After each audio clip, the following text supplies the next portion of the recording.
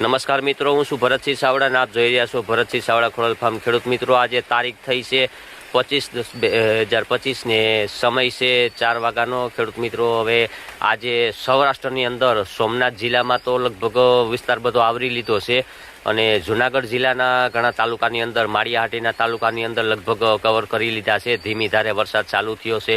અમુક વિસ્તારોની અંદર અડધો ઇંચ જેવો પણ વરસાદ જોવા મળે છે. અમુક વિસ્તારોની અંદર 5-10 mm જેવો પણ જોવા મળે છે અને સોમનાથ જિલ્લાની અંદર તો બહુ વરસાદ પડેલો છે. ખેડૂત મિત્રો, વરસાદ કમોસમી વરસાદે ખેડૂતને મોઢે એવો કોરિયો સીનવી લીધો હોય એવી પરિસ્થિતિ સર્જાણી છે અને આજ 25 તારીખથી બપોર પછીથી વરસાદ ચાલુ થઈ ગયો છે. આપણે અગાઉના વિડીયોની અંદરમાં કીધું હતું કે વરસાદ બપોર પછી ચાલુ થઈ જાય એવી શક્યતા છે.